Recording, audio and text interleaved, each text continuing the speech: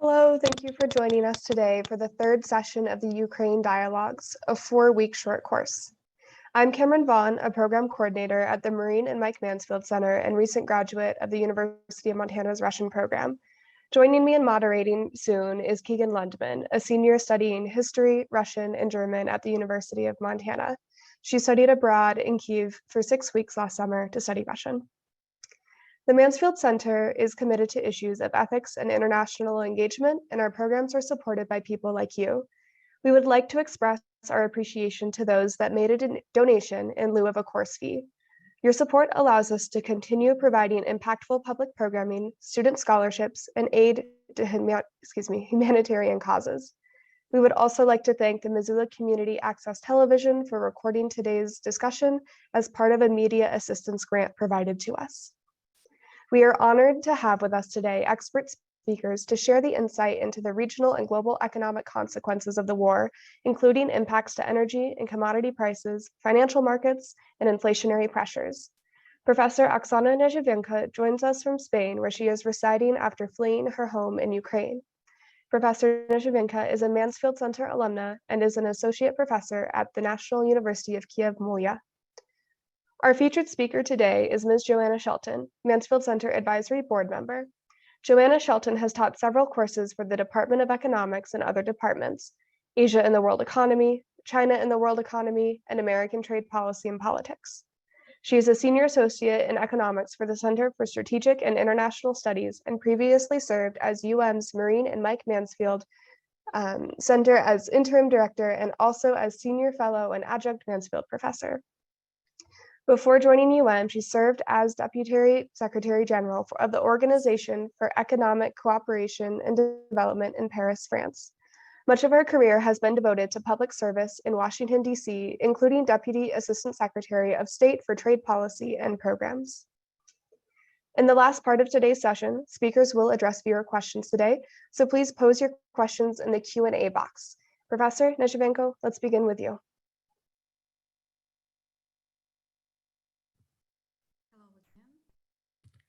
I'm going to share my screen. Yeah, I hope you can see it. Just a second. Yes. So thank you for being here. I will not stop thanking you for having interest in this topic and for being with us basically here. So last time we discussed democracy, and I shared with you some of the horror scenes that are happening currently in my country and show that there is really some problem with democracy in this world. But today we have a different topic, and it's very logical to talk about economics and global economic impact of every action, in particular of war that is happening currently in Ukraine. So day 55, we exceeded 20,000 Russian soldiers killed. We are proud to destroy more and more equipment of this country, and proud of our army like never before. And I want to start with very, very good news, actually funny in some way. So the war started on February 24th, and if you know or you don't know, there is this little island at the south of Ukraine in Black Sea called Zmyiny Island or Snake Island. It's actually extremely little. Like if you walk from one side to another, it will take less than 10 minutes. So it's tiny island, it's not a military base, it's just a piece of land not that far from Odessa. And on 24th of February, there was this extremely big Russian warship called Moskva, like the capital of Russia, who came to this island and who told to 13 boys who protected this island, surrender. I am Russian warship, surrender. And one guy out of this 13, he, actually, I will not quote him because it's not a very good expression and I don't like to curse. Basically, he said, go away, Russian warship. And since that time, we knew this story because it was recorded, but we did not know what happened with these 13 boys, and we actually thought that all of them are killed. because like, how can you not kill the one who sends you to this very not nice direction? But on March 29th, we discovered that this guy with his 12 colleagues, Roman Hribov, he was exchanged for Russian soldiers. And yeah, he is now the hero of Ukraine for, sending the warship in the right direction. And he's quoted every day, thousands times. He is very famous now. And on April 12th, the day when we spoke last time, 1 week ago, Ukraine released this postal mark, postal stamp of like this soldier and then the warship. This could have been the end of the story, happy ending, but the following day, we shot it. We destroyed this flagman of Russian sea fleet called Moskva. Really very encouraging news to Ukraine, to all of us, to our soldiers, and to all democratic world. Hope to come back with more positive news in a week time to you. So today we will discuss global economic impact, and in my presentation I want to speak about it from 3 dimensions: war in Ukraine and how it impacts the world, sanctions imposed on Russia, and private sector boycott.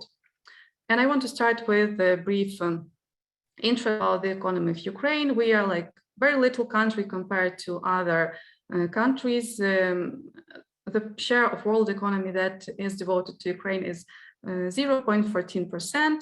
The main industries are coal, electric power, metals, machinery, transport equipment, chemicals, and food processing. And on the left, you can see the graph of our GDP.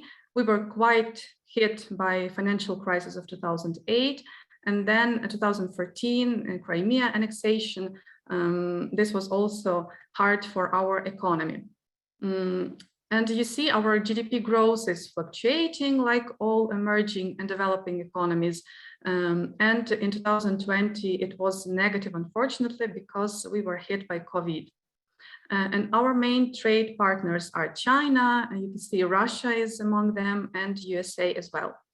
And the main export for us is barley, corn, wheat, so it's cereals, coal, iron, steel, oils, ores, electrical machinery, and equipment. So this is like a very, very brief picture of Ukrainian economy.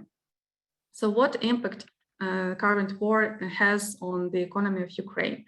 Me as an economist, I believe that currency reflects trends. So this chart shows like what stability looks like in Ukraine, and Ukrainian hryvnia, its rate to US dollars, like what it became quite strong by November 2021. Then this December, January instability, which is seasonal, but it did not come back to its previous level because we were expecting a war. And then since the beginning of war, the currency was really fluctuating, but it received strong support from the central bank. 12% of Ukrainian GDP comes from the territories that are currently occupied. It seems not that much, but the direct losses from war reach 85 billion as of today, and they are going higher and higher. So what are these direct losses from? From destroyed roads, building, enterprise assets, airports, railway infrastructure, hospitals, bridges, schools, universities, ports, buildings of administrative institutions, and the famous plane Mria, dream that I could not speak without crying at the first session, which is worth $300 million. But this is direct losses. When we talk about indirect losses, such as GDP decline, investment cessation, outflow of labor, they reach $600 billion for Ukraine. This is at least 3 times higher than our GDP. So it's like really, really a lot for us. And it was estimated that each week of military actions cost Ukrainian economy about $2.5 billion in the GDP that was not created. So 50% of export capacity we have because we do not have access to the Black Sea, and we used a lot of ships to transport our export. And 90% of countries' grain export also should have come from Black Sea, but Unfortunately, it is blocked. So Ukrainian economy is expected to shrink by 45%, and there are really different estimates of the World Bank, of OECD, of different institutions. And the reasons for this huge high 45% is humanitarian crisis, damage to infrastructure, and danger to agricultural planting and harvest. But we are fortunate to have very good partners, the IMF, World Bank, European Union. They all provide financial assistance to us, so Ukraine is able to pay salaries to civilians, soldiers, doctors, and to pay our external debt. About Russia. So as well, I wanted to show you the currency, the ruble, how the tendency of it reflects the perception of citizens living in this country. So it was crashing as Ukrainian currency, but yeah, you see a turmoil there and here. Here, in my view, a bit harder. So it went to sort of better position since a couple of weeks. And there is this researcher, Sergei Guriev, who knows Russia very well. He explains that this is not a real situation, like it does not reflect really what is happening in the country. It is artificial support to the currency, and yeah, exchange rate does not really reflect the market value. So expectations about Russian economy, it is expected to also drop of at least 8%. It is mentioned by the central bank. By the Central Bank of Russia, it will never say the real number. So we can look at what other institutions say. So it's from 11 to 15% fall in this year due to sanctions and yeah, the acceptance of Russia in the world. Also, half of 640 billion worth of foreign currencies of Russia are in banks around the world, namely European Union and United States. And half of this money are blocked because of sanctions. So really hope for us. What about Europe and Central Asia? World Bank recently released a report where it expects the economy of this region to shrink by at least 4.1%. And such countries as Belarus, Kyrgyz Republic, Moldova, Tajikistan are projected to fall into recessions. And some countries in the European Union, such as Bulgaria, Croatia, Hungary, Poland, Romania, will receive lower GDP growth compared to the pre-war expectations because of influx of refugees, commodity prices that are rising, and lower consumer demand. Inflation in Europe is getting higher and higher. It's reached 7.5% in Eurozone compared to 5.9% in February. So in March, it became higher. European Central Bank President Christine Lagarde mentioned that prolonged conflict in Ukraine will mean the cost of living continue to rise. Inflation in Germany, it is a really interesting number, reached 7.3%. It is the highest since 1990. And two other expectations from Deutsche Bank chief Christian Nolting mentioned that economic growth in the United States may outstrip the growth of Eurozone because of the conflict happening currently in Europe. And another quote of the Minister of Agrarian Policy of Ukraine that I found today, that even if war magically ended tomorrow, the way of high prices will be happening for another 3 to 5 years. So dependent world is on Ukraine, and so hard it is to all the world. Another issue about war is international trade disruptions. So what is the place of Ukraine and Russia in terms of world trade? Ukraine, key exporter of sunflower, corn, wheat, soya, sugar beet and barley. Russia, key exporter of also oil, natural gas, steel, nickel, aluminum. And because of all sanctions and everything happening in our region, well, these positions will likely change. The war and the sanctions have disrupted trade routes, increased shipping and insurance costs.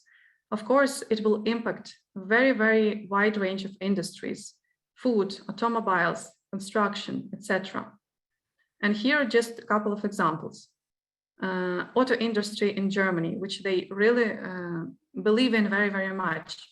It was very dependent on neon gas, which was exported from Ukraine, and it was very, very much needed for semiconductor production. You know, they just recovered from this semiconductor deficit, and here it comes again.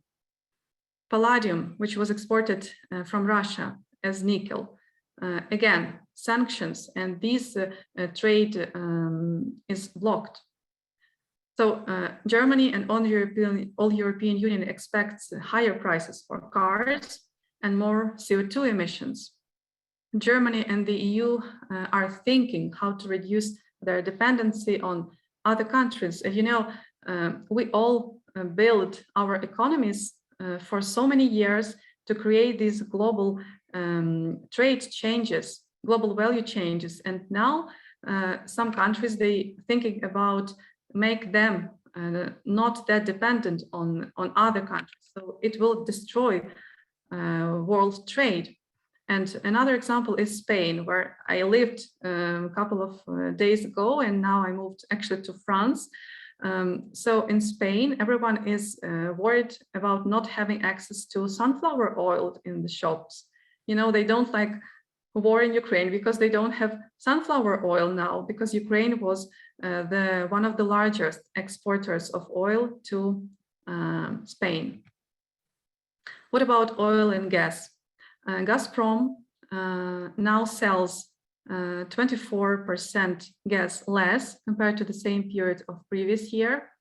And many countries supported Ukraine, imposing sanctions and gas embargo on Russia. Joe Biden, USA, Latvia, Lithuania, Estonia, countries expressed to reduce dependency on Russian gas, such as Serbia, Romania, UK. European Commission, as soon as they noticed horrible war crimes happened in Bucha, they imposed sanctions on Russian coal. This will, of course, lead to rising fuel prices, and this will, of course, lead to thinking how to find some renewable sources.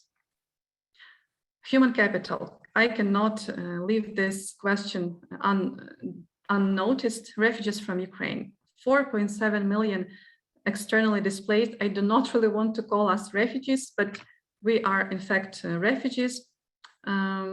So we are now spread all over the world.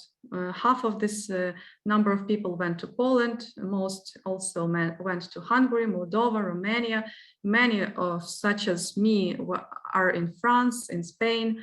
And of course it will create, and it already creates, large pressure for host companies, for host countries, such as for public finances and for providing us housing. And the last example about this global economic impact. You know, today I found this article about how Ukrainian and Russian war influenced Nepal. Like, where is Ukraine, where is Nepal? And we do not trade with Nepal. So this is this butterfly effect. Fallen remittances after pandemic-induced loss of tourism, trade deficit, depletion of foreign exchange reserves, price rises. And this will lead to more impact all over the world. And we will see what will happen in the couple of next weeks and months. On this slide, I want to show you what companies, supported Ukraine. And Deutsche Welle called Russia the most sanctioned country in the world. And I want to tell you why in just a second. So there is this professor at Yale School of Management, Jeffrey Sonnenfeld, who collects daily information about companies who left Russia in some way. And he created this list of 5 companies, those who terminated activities, those who suspended activities, reduced, continue to operate, but do not invest in further development, and those who continue to operate. And there is this growing list of companies who leave Russia. And you know, this last group of companies who still are there, it's 195, and this number is shrinking and shrinking. Like I created this slide a couple of days ago, I renewed it today, and I already see that there are more countries supporting Ukraine. So you see, this is like a really big list. And yeah, if we have time during Q&A session, I can tell you a bit more about it. But it's like a lot of companies: McDonald's, Coca-Cola, IBM, Netflix, Visa, MasterCard, Twitter, TikTok, Apple, Microsoft. They all believe that Russia is the country who spreads fake news, propaganda, and they are on the side of democracy. And this is the queue in McDonald's before it was shut in Russia.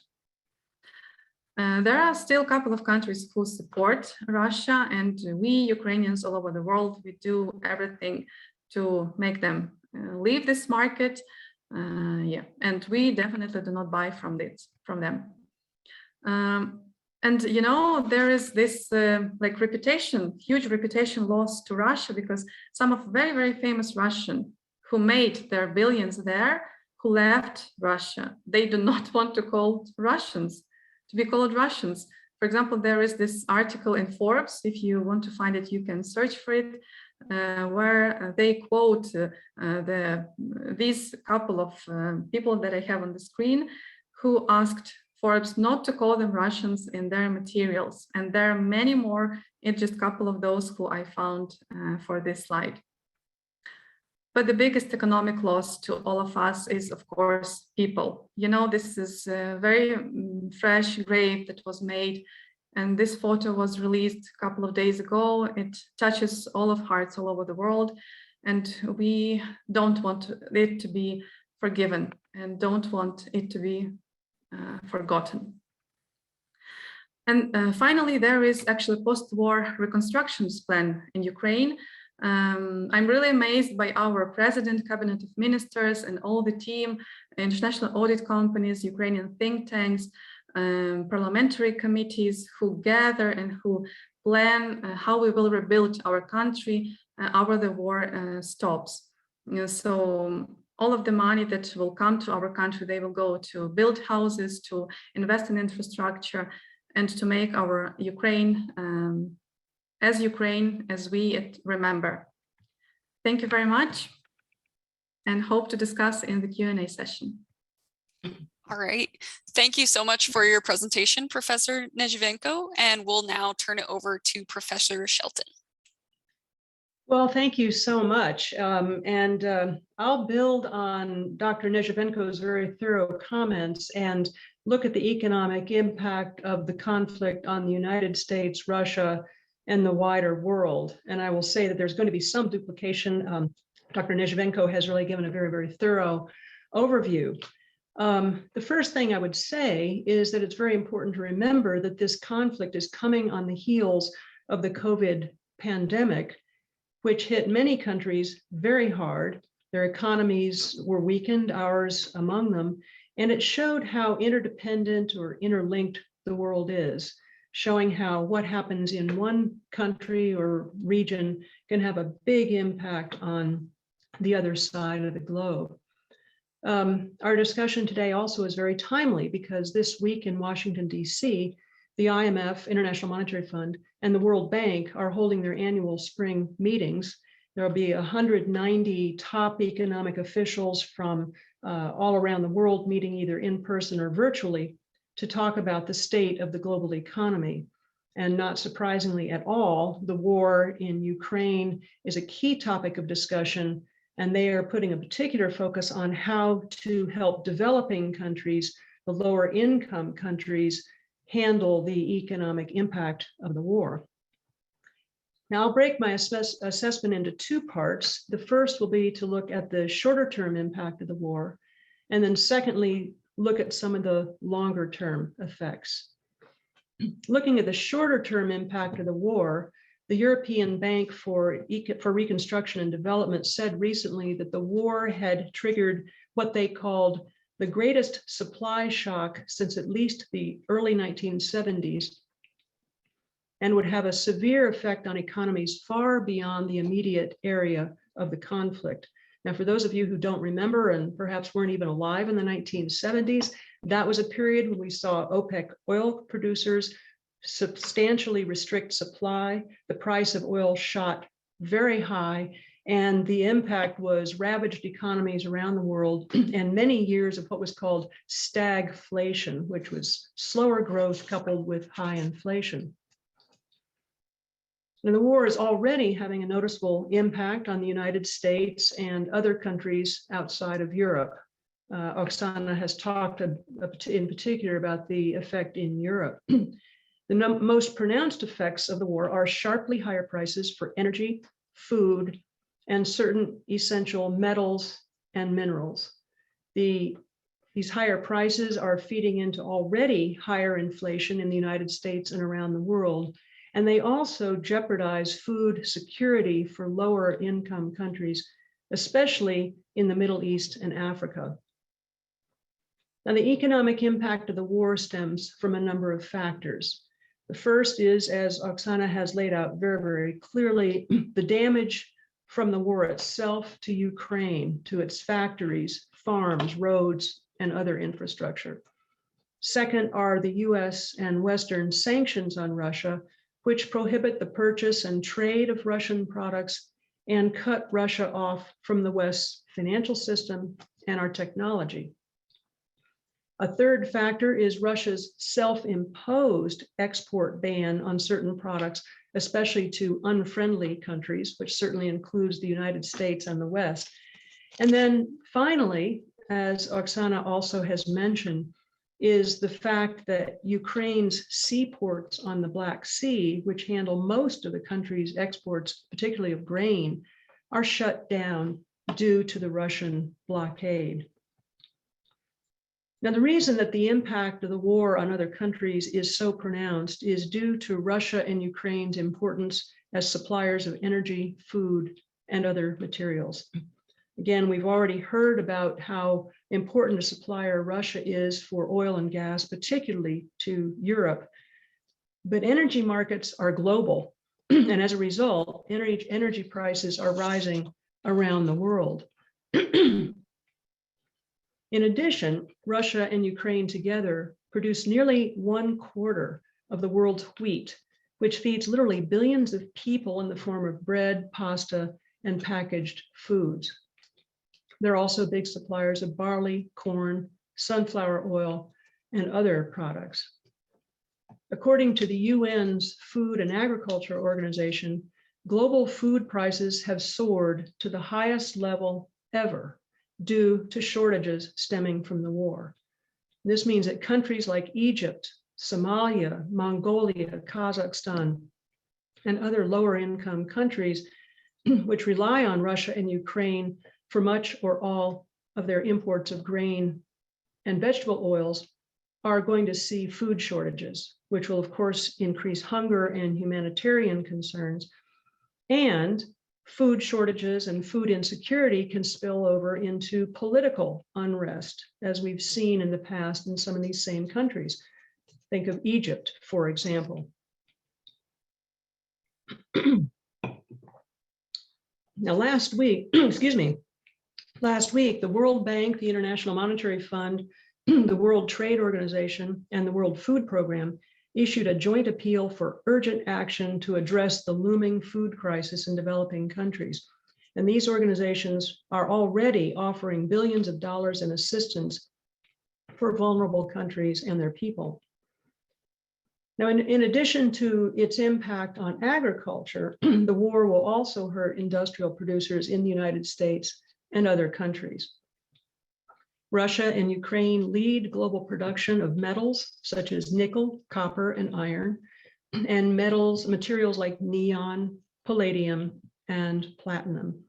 And these, as again, some overlap here with Oksana, but these critical metals and minerals are essential for a wide range of products, from computer chips, mobile phones, aircraft, automobile exhaust systems, and even dental fillings. A disruption in supply will hit US and other producers hard, just as they're beginning to recover from COVID-induced disruptions. And we've already seen how supply chain problems can cause shortages and higher prices. So we can expect more of the same in the coming months and possibly even years. And finally, Russia is a major supplier of key components of fertilizer used by farmers around the world. Supply problems in these components are hitting a market which was already experiencing higher prices. The price of some fertilizer nutrients has more than doubled over the past year, which hurts farmers and ranchers here in Montana and elsewhere and leads to higher prices for consumers. Now, we're already seeing the impact of these supply disruptions in the United States. The increases in the price of food and energy alone account for about 1/3 of the recent increase in inflation in the United States, which is now at its highest levels in 40 years. It hit 8.5% in March over the previous March. And we certainly all see the impact of these price increases at the gas pump. But more broadly, supply disruptions stemming from the war will have a big impact on the global economy and on global economic growth, again with the world's poor countries hit hardest. The IMF and the World Bank predict that global growth will be 1% lower due to the war, growing a modest 3 to 3.5% this year versus 6% plus last year. And the slower growth and the accompanying reduced trade will increase poverty, particularly in vulnerable lower income countries. Now, Oksana has already talked a bit about the impact of the war on Russia, but let me just talk about that a bit as well.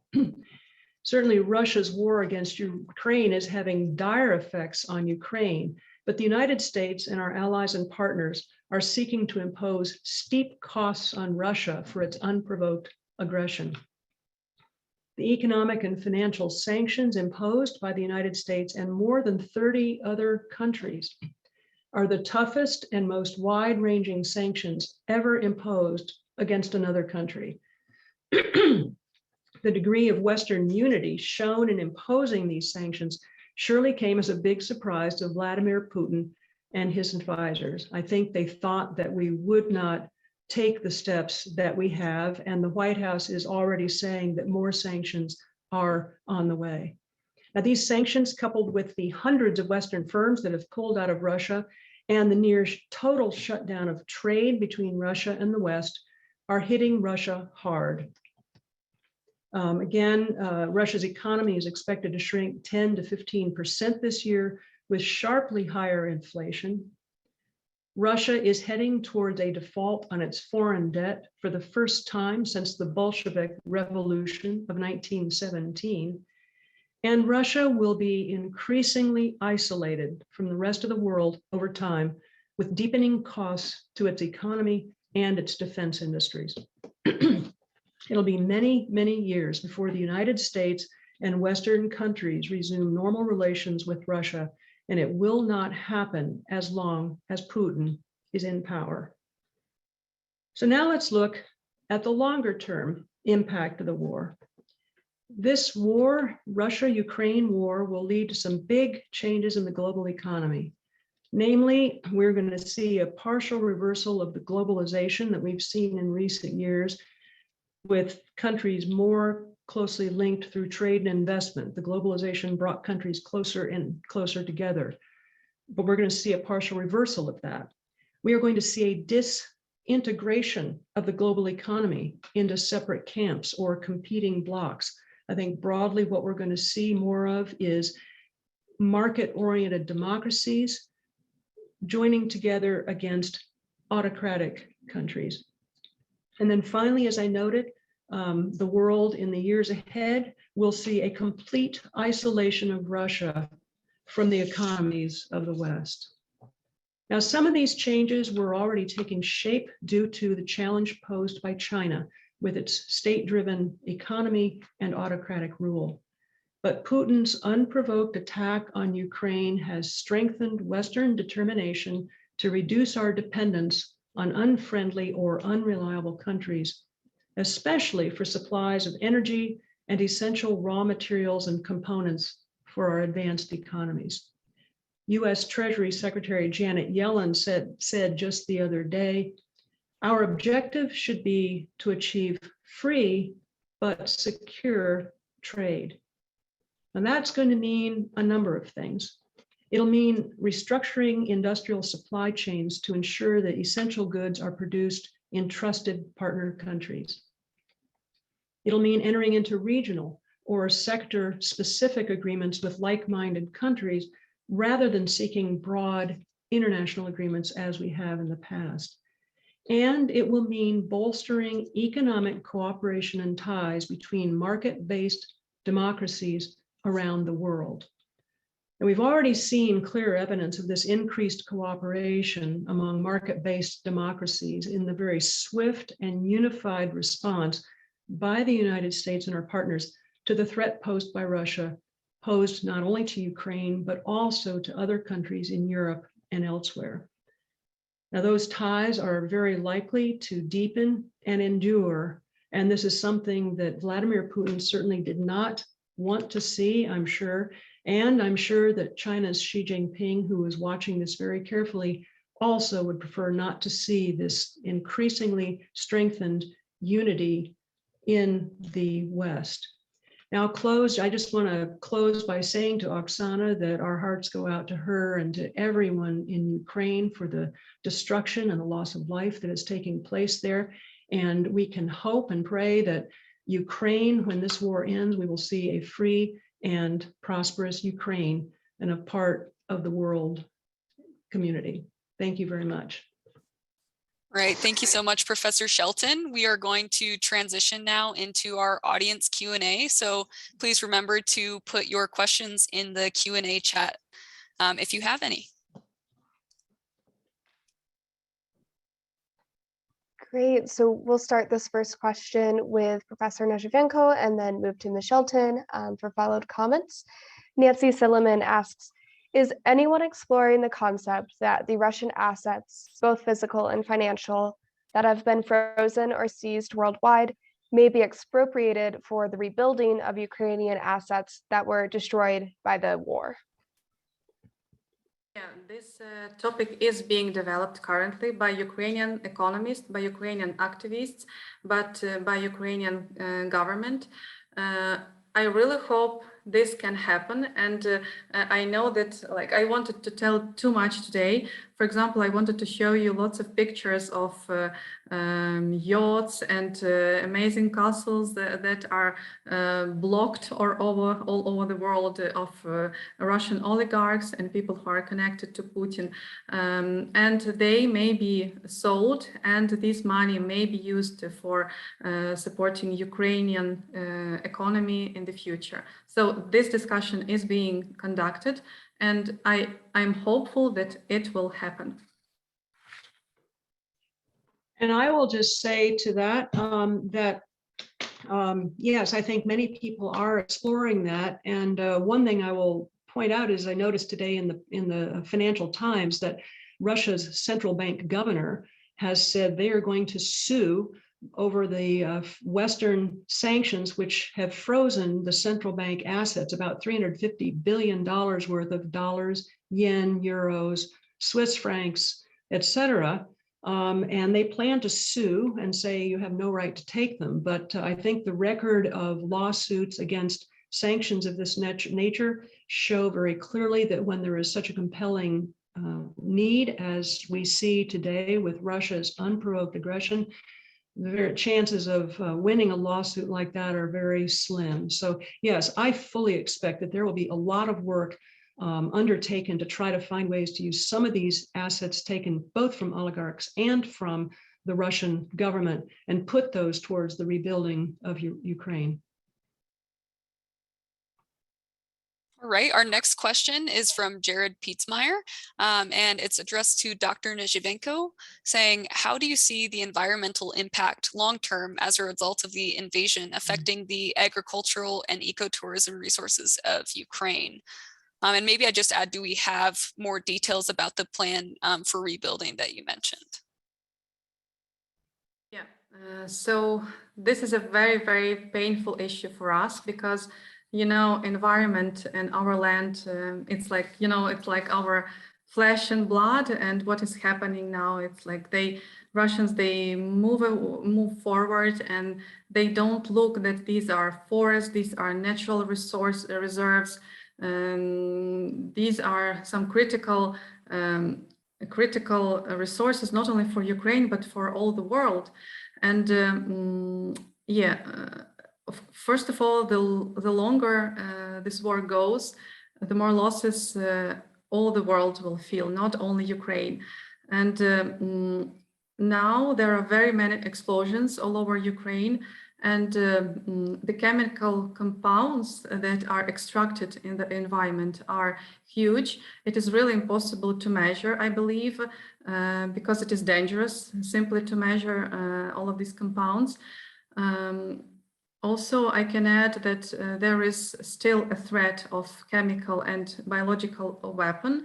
And we really hope that it was already thrown on Mariupol, on the Donetsk region twice, if I'm correct. We really hope that it will not repeat that much, but again, this is huge for all the environment. And sowing campaign that is supposed to start like 1 month ago, it is very, very slowly starting, which is also important for not only for agriculture, but for all environment, animals, forests. It is a very painful question to us. It needs to be discussed, it needs to be tackled.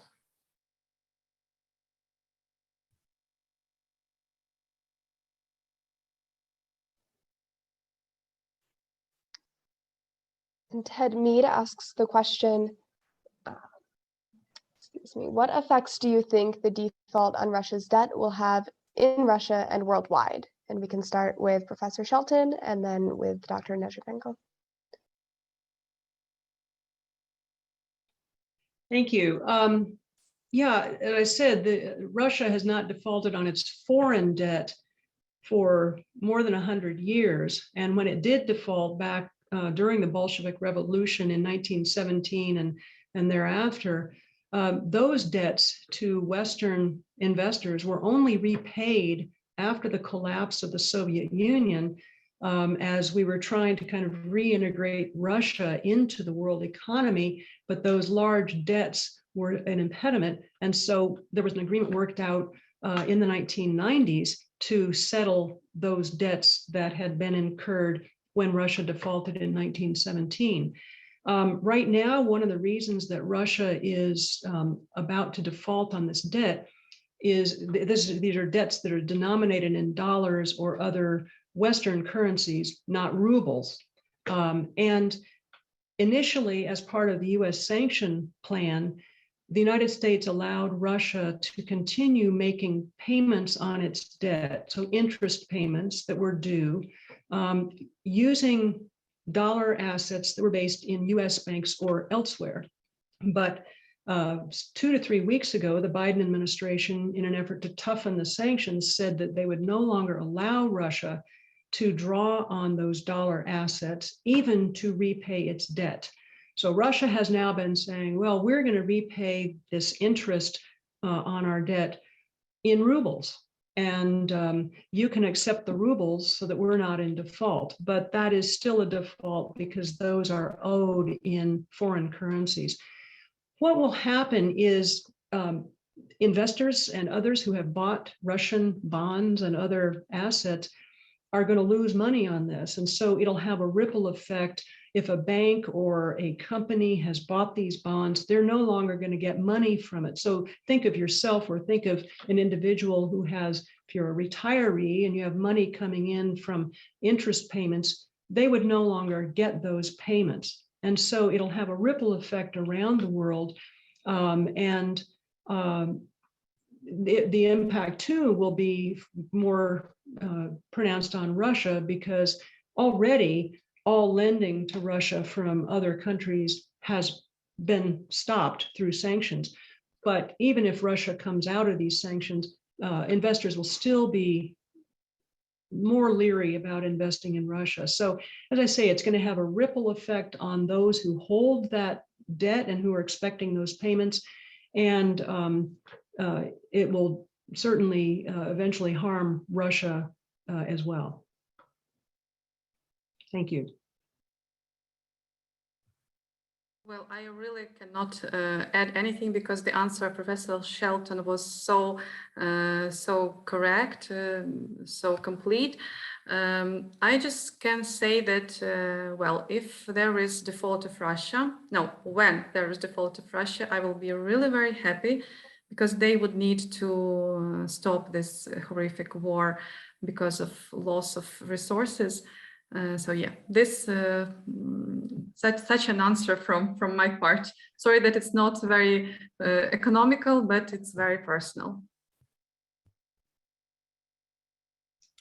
Thank you. And the next question that we have is from Joan Hess-Homeyer, and she's wondering if you could comment more on the relationship between China and Russia and how China has reacted to Russia's invasion of Ukraine. And we'll start with Professor Nezhivenko this time.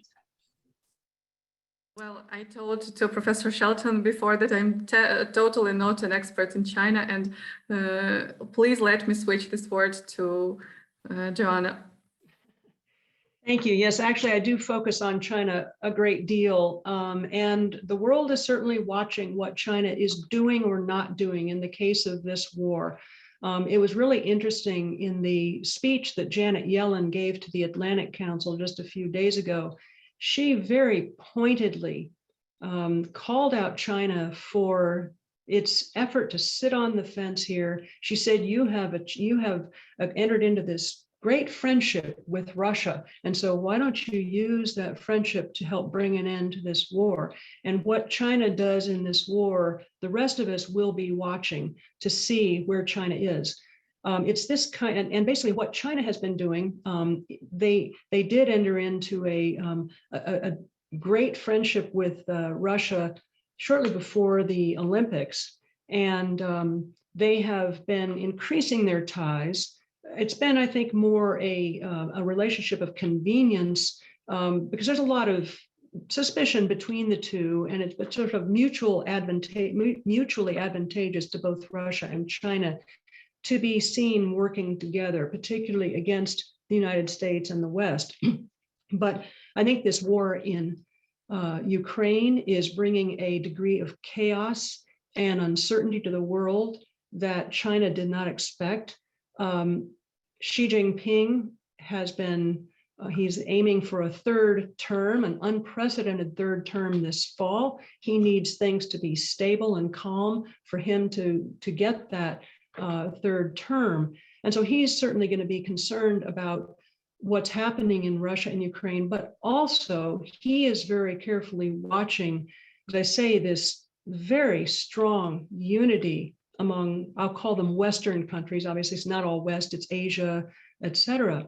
But the very strong unity that has been shown against this Russian aggression. And he knows that this unity can very well and likely will remain, particularly if he tries to move against Taiwan. So what Janet Yellen said and what others have said is China very frequently tells the rest of the world, sort of, don't interfere in our, quote, domestic affairs. Don't talk about Muslims in Xinjiang. Don't talk about Hong Kong. Don't talk about our relations with Taiwan. Those are domestic issues. Respect territorial integrity and sovereignty. Those are two things that China frequently tells the rest of the world to respect.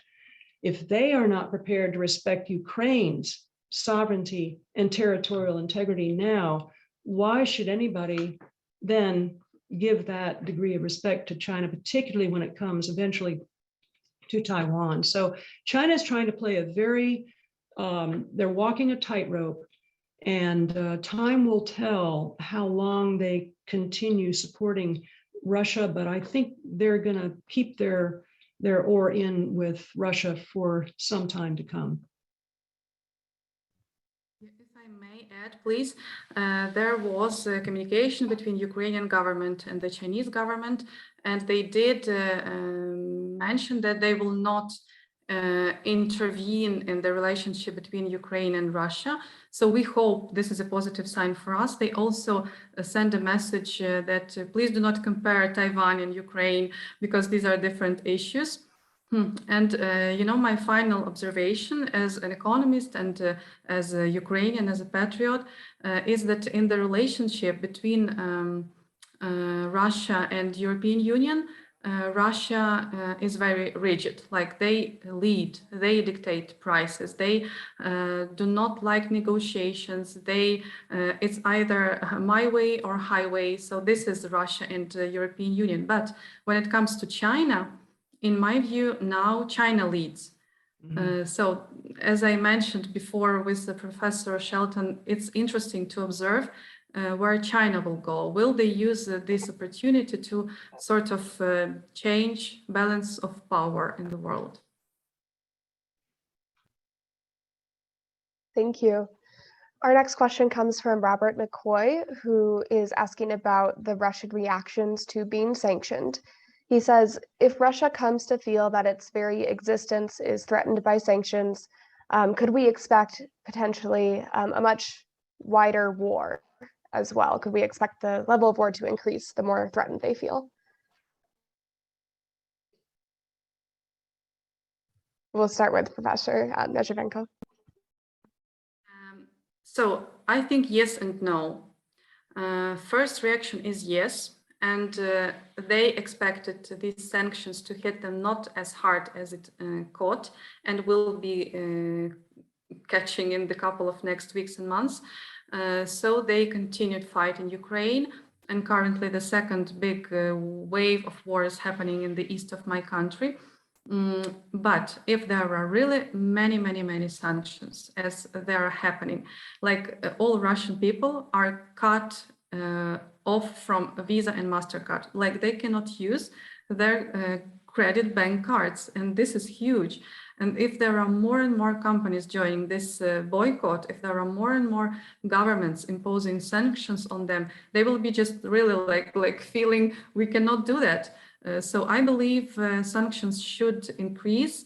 And finally, maybe we will see Russia to not exist as it exists right now. Well, if I can take that, I mean, I think Oksana's answer of yes and no is right. First of all, I think that the more cornered and the more difficulties that Putin feels, the more he is likely to lash out. But these sanctions, as Oksana has just said, are going to increasingly impact individuals on the ground in Russia. People cannot travel. They cannot use their credit cards, although there are some other credit availabilities that they have. They're going to lose access to all of these goods that they have come to expect. Part of the sanctions also, of course, cut off all supply of technology for Russian industries. And so they are somehow going to have to figure out how to create these parts on their own or find alternatives and from other countries that don't want to break the sanctions and have themselves sanctioned as well. So the question in my mind, and I don't think anybody can really answer it, is if this drags on, if the war drags on, and certainly the sanctions are likely to continue to increase, what will be the political impact within Russia? The oligarchs who have benefited from Vladimir Putin's reign are going to be feeling pain here. At what point does that become destabilizing within Russia? At what point, perhaps, do people within Russia who have been supporting Vladimir Putin say, you know, we're not so sure that we should continue with this? So I don't know, but others have pointed out that you know, when there have been wars lost in Russia, you see regime change sometimes not too long thereafter. And again, nobody's calling for any Western action, but what happens domestically as a result of the economic pain that is going to be increasing is anybody's guess.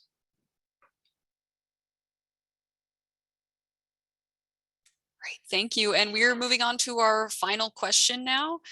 We have it from James Espeland, and he was extending a really heartfelt thanks to Dr. Nezhivenko and just a sense of pride for seeing the way that Ukrainians have really stood up to autocracy.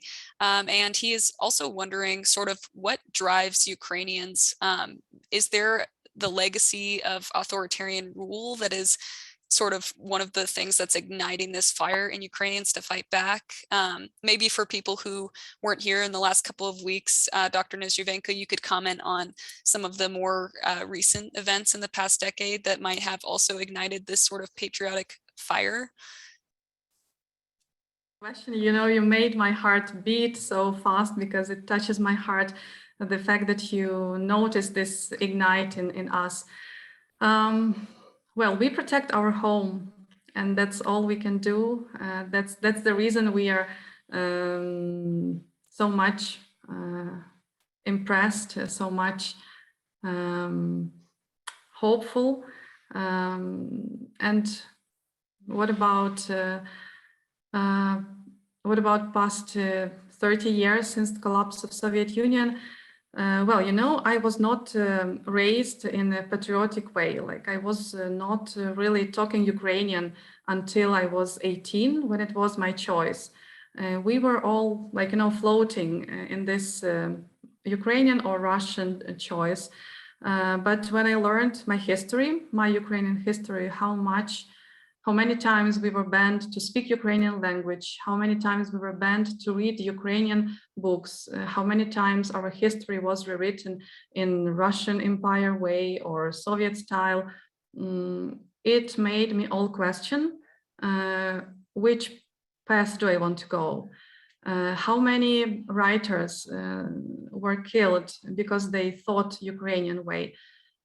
This all makes all of us Ukrainians stronger and believing that we should be united and we should fight for that.